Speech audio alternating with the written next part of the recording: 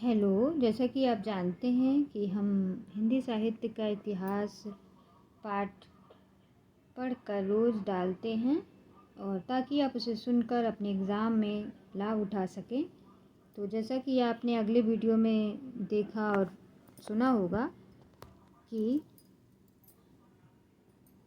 हमारे मत में हिंदी और उर्दू दो बोलियां न्यारी न्यारी हैं। ये किसने कहा था?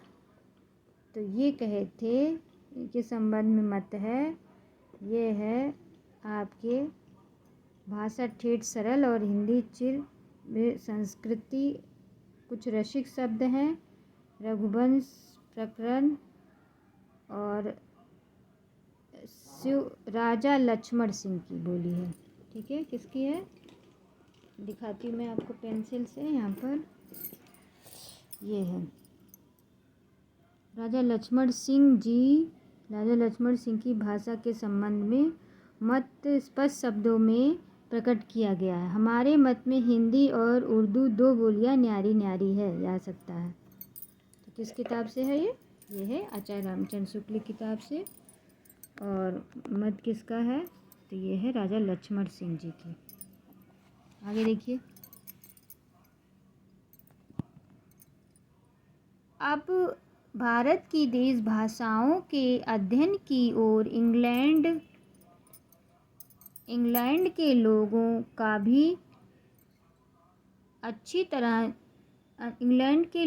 भी ध्यान अच्छी तरह जा चुका था। उसमें जो अध्ययनशील और विवेक थे, जो अखंड भारतीय साहित्य परंपरा से अभिज्ञ हो गए थे, उन पर अच्छी तरह प्रकट हो गया था। जो अखंड भारतीय साहित्य परंपरा से अनभिज्ञ हो गए थे, उन पर अच्छी तरह प्रकट हो गया था कि उत्तरी भारत में असली स्वाभाविक भाषा का स्वरूप क्या है। इन अंग्रेजों विद्वानों ने फ्रेडरिक पिंकार्ट का स्मरण हिंदी प्रेमियों को सदा बनाए रखना चाहिए। तो हिंदी के समर्थक कौन थे? फ्रेडरिक पिंकार्ट। आ सकता कि हिंदी के कौन समर्थक थे? तो फ्रेडरिक पिंकार्ट थे। स्मरण हिंदी प्रेमियों को सदा बनाए रखना चाहिए। इनका जन्म संवत 1893 में इंग्लैंड में हुआ था। किसका? पिंकार्ट का। तो देखिए, इम्पोर्टेंट है कि हिंदी प्रेमी कौन था? फ्रेडरिक पिंकार्ट। ये क्वेश्चन आया है नेट में। उन्होंने प्रेम के कामों का बहुत अच्छा अनुभव प्राप्त किया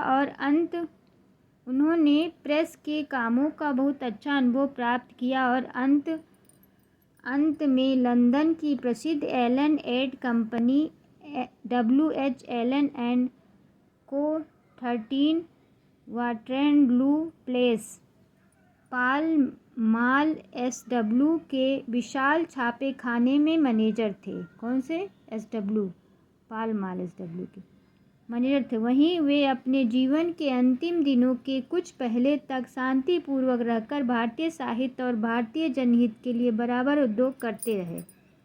कौन करता रहा? पिंकार्ट। पूरा नाम क्या था? फ्रेडरिक पिंकार्ट। संस्कृत की चर्चा पिंकार्ट साहब लड़कपन से ही सुनते आते थे। इससे उन्होंने बहुत परिश्रम के साथ उनका अध्ययन किया। इसके उपरांत उन्होंने हिंदी और उर्दू का अध्ययन किया। देखिए, अंग्रेजों के हिंदी उर्दू और संस्कृत का अध्ययन किया। इसीलिए कहते हैं ज्ञान अक्षरों का और भाषाओं का रखना चाहिए ताकि आप सब कुछ समझ सकें। इंग्लैंड में बैठे उन्होंने इन दोनों भाषाओं का ऐसे अधिकार प्राप्त कर लिया था कि इसमें लेख और पुस्तक लिखना और अपने प्रेस में छपवाने लगे थे। देखिए, वो कितने होशियार थे। तभी हम लोग को ऊपर राज किए, हर चीज़ जानते थे, सीखते थे। यद्यपि इन्होंने उर्दू का भी अच्छा अभ्यास किया था, पर उन्हें इस बात का अच्छी तरह निश्चय हो गया था कि यहाँ की परंपरा प्राकृत भाषा हिंदी है, अतः जीवन भर उसी की सेवा और हित साधना में तत्पर रहे। उनके हिंदी लेखों, कविताओं और पुस्तकों की चर्चा आगे चलकर भारतेंदु काल में के भीतर भी की जाएगी। संवत 1947 में उन्होंने संवत 1947 में उन्होंने उपयुक्त एलन कंपनी से संबंध तोड़ा और गिलबर्ट एंड रिविंगटन क्लैक्न्यूबेल लंदन नामक विख्यात व्यवसाय कार्यक्रम में पूर्वीय मंत्री, ओरिएंटल एडवाइज़र एंड एक्सपर्ट नियुक्त हुए। उक्त कंपनियों की ओर से एक व्यापार पत्र आइन सौदागरी उर्दू में निकलता था। कौन सा व्यापार पत्र निकलता था? आइन सौदागरी व्यापार पत्र, जिसका किस भाषा में था? उर्दू में, जिसका संपादन पिंकार्ड साहब करते थे। उन्होंने इसे कुछ पृष्ठ हिंदी के लिए भी रखे। कहते हैं कि आवश्यकता नहीं कि हिंदी के लेख में वे ही लिखते थे। लेखों के अतिरिक्त हिंदुस्तान में प्रकाशित होने वाले हिंदी समाचार पत्र जैसे हिंदुस्तान, आर्य दर्पण, भारत मित्र, कौन से उस समय था पत्र? हिंदुस्तान, आर्य दर्पण, भारत मित्र से उदाहरण भी उस पत्र के हिंदी विभाग में रहते थे, यानी वहाँ से भी लेते थे। भारत का हित वे सच्चे हृदय से चाहते थे। राजा लक्ष्मण सिंह, भारतेंदु हरिश्चंद्र, प्रताप नारायण मिश्र, कार्तिक प्रसाद खत्री इत्यादि इन्हीं लेखकों से उनका बराबर हिंदी में पत्र व्यवहार रहता था। उस समय के प्रत्येक हिंदी लेखक के घर में पिंकार्ड साहब के 2-4 पत्र मिलेंगे।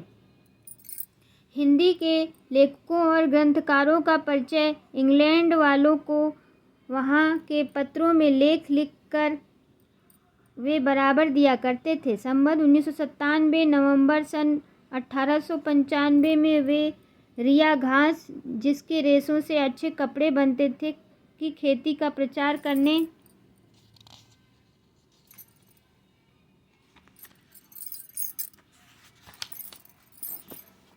हिंदुस्तान में आए, पर साल भर से कुछ ऊपर ही यहाँ रह पाए थे कि लखनऊ में उनका देहांत 7 फरवरी 1896 में हो गया। उनका शरीर भारत की मिट्टी में ही मिला।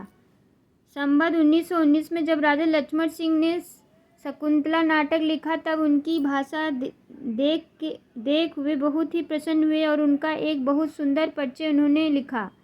बात यह थी कि यहाँ के निवासियों पर विदेशी प्राकृत और रूप रंग की भाषा का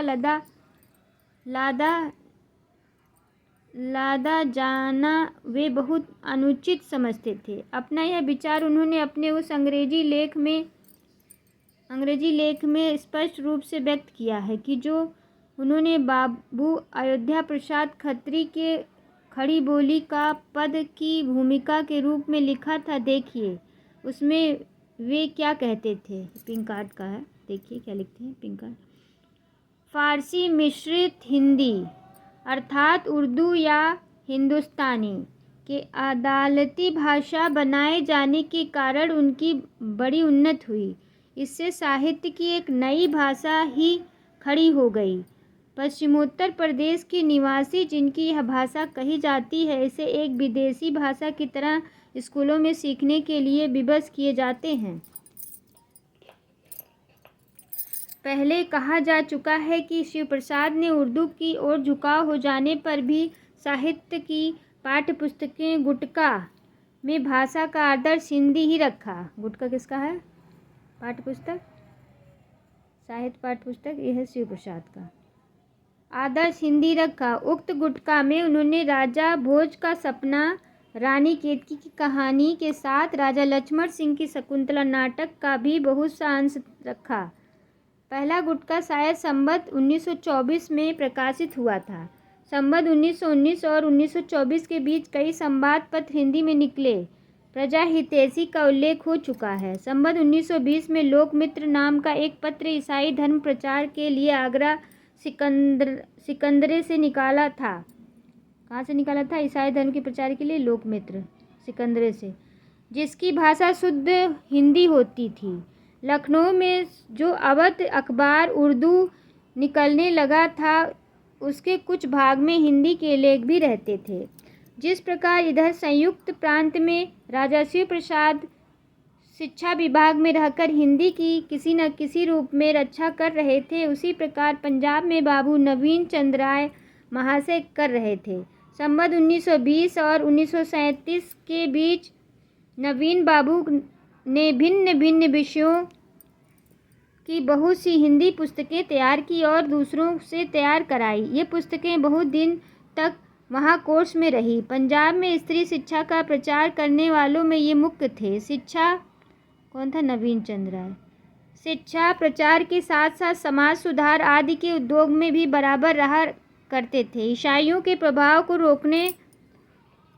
रोकने के लिए किस प्रकार बंगाल में ब्रह्म समाज की स्थापना हुई थी, उसका उल्लेख पहले हो चुका है। नवीन चंद्र ने ब्रह्म समाज के सिद्धांतों के प्रचार के उद्देश्य से समय समय पर कई पत्रिकाएं भी निकाली।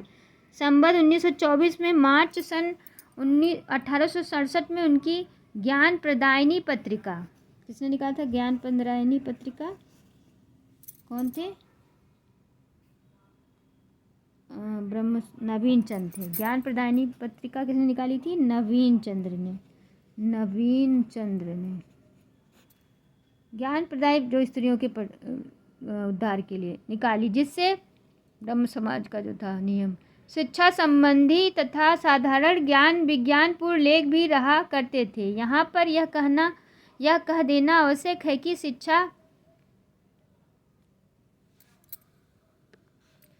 शिक्षा विभाग द्वारा जिस हिंदी गद्य के प्रचार में ये सहायक हुए वह शुद्ध हिंदी गद्य था। हिंदी के उर्दू के झमेले में पढ़ने से ये सदा बचते रहे। कौन? नवीन चंद्र। हिंदी की रक्षा के लिए उर्दू के पक्षपातियों से उसी प्रकार डरना पड़ता था जिस प्रकार यहाँ राजा शिव प्रसाद को विद्या की उन्नति के लिए लाहौर में अंजुमन लाहौर नाम की एक सभा स्थापित की। कौन सी सभा स्थापित की? अंजुमन नाम की सभा। किसने? शिव प्रसाद ने, राजा शिव प्रसाद ने।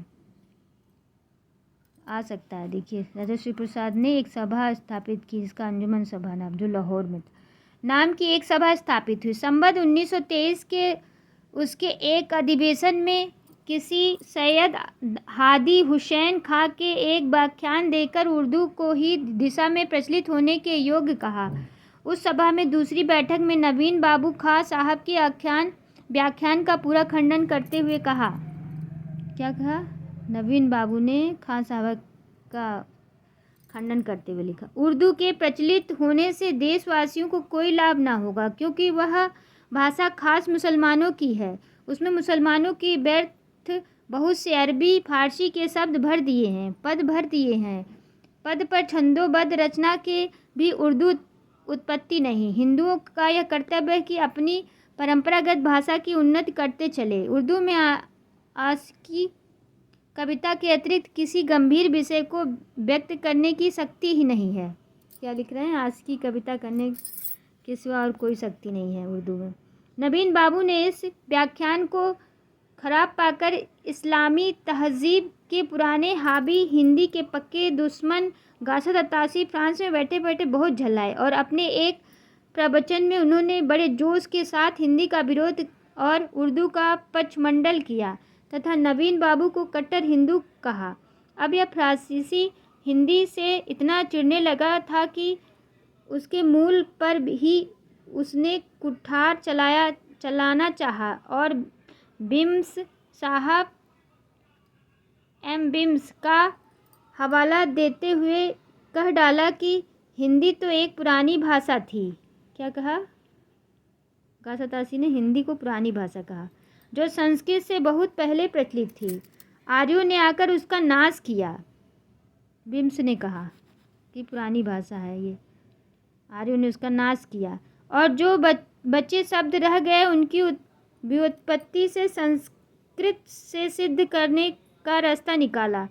इसी प्रकार जहाँ कहीं हिंदी का नाम लिया जाता तब तासी बहुत बड़े बुरे ढंग से विरोध में कुछ न कुछ इस तरह की बातें कहता। सर सैयद अहमद का अंग्रेज अधिकारियों का कितना प्रभाव था यह पहले कहा जा चुका है। संवत 1925 में इस प्रांत की शिक्षा विभाग के अध्यक्ष हेवेल, अध्यक्ष कौन था शिक्षा विभाग का 1925 में, संवत हेवेल थे। एमएस हेवेल साहब ने अपनी यह राय जाहिर की, यह अधिक अच्छा होता कि यदि हिंदू बच्चे को उर्दू सिखाई जाती, ना कि एक ऐसी बात बोली में विचार प्रकट करने का अभ्यास कराया जाता जिसे अंत में एक दिन उर्दू के सामने से झुकाना पड़ेगा। ये किसने कहा? हवेल ने कहा, जो शिक्षा अध्यक्ष थे। इस राय में गासद तासी ने बड़ी खुशी के साथ प्रवचन में शामिल किया। इसी प्रकार इलाहाबाद इंस्टीट्यूट के एक अधिवेशन में संवत 1925 में जब यह विवाद हुआ था कि देसी जबान हिंदी के माने या उर्दू को, तब हिंदी के पक्ष में कई वक्ता उठकर बोले थे। उन्होंने कहा था कि अदालतों में उर्दू जारी होने का यह फल हुआ है कि अधिकांश जनता, विशेष गांव की, जो उर्दू से सर्वथा अपरिचित है, बहुत कष्ट उठाती है।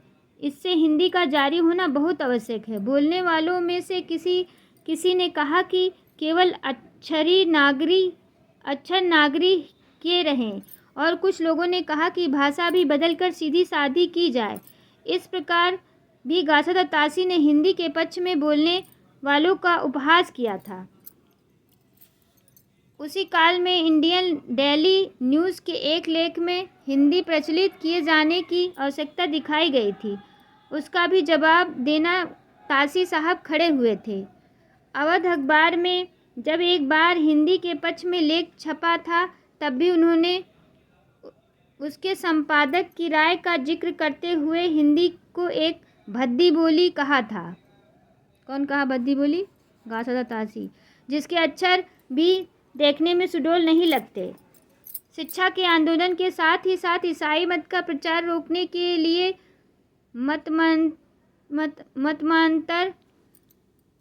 मतमांतर संबंधित आंदोलन देश के पश्चिमी भागों में भी चल पड़े।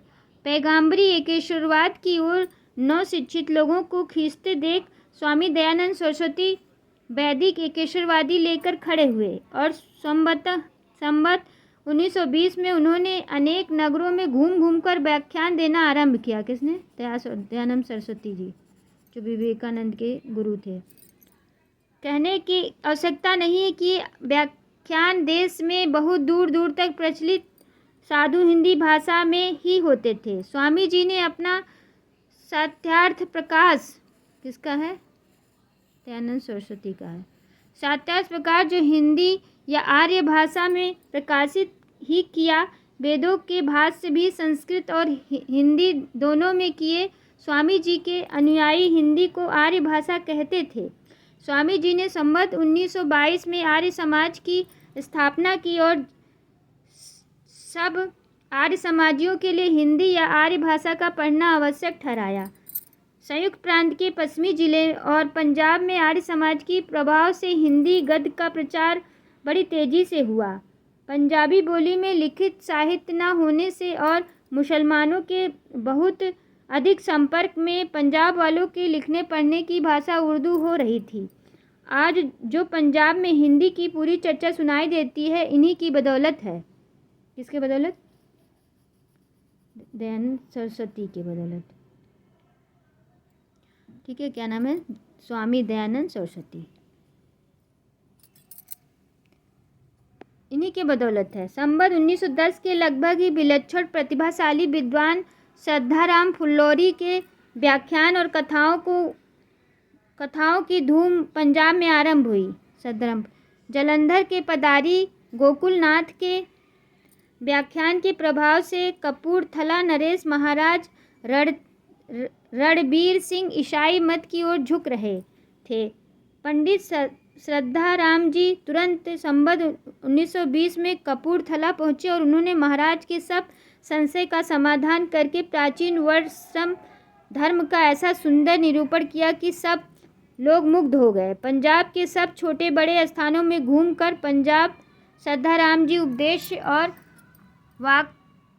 वक्तृताएं देते तथा रामायण महाभारत आदि की कथाएं सुनाते। नमस्कार। अब आगे कल तो रहा कौन सुनाता? श्रद्धाराम फुलोरी जी।